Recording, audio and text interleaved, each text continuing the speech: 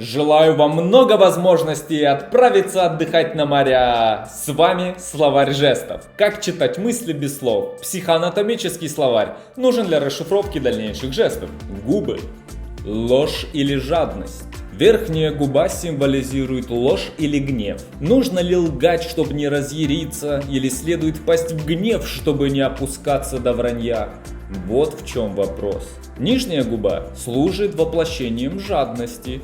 Алчность и зависть – два сосца, питающие жадность, которая не считается смертным грехом, хотя и служит основным двигателем скупости. Получается, у нас есть ложь, гнев и жадность.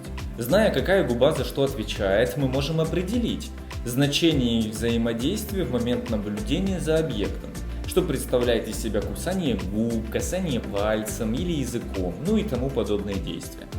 А далее мы узнаем про жесты с губами более подробную информацию. А пока вы делаете свои выводы, поставьте лайки, вместе с нами вы узнаете значение всех частей тела, которые задействованы в различных жестах. Подпишитесь на канал, чтобы получать новые жесты каждое утро, лучше понимать людей. Завтра расскажу про живот и что он символизирует. Всех благ, дорогой зритель, обретем суперспособность.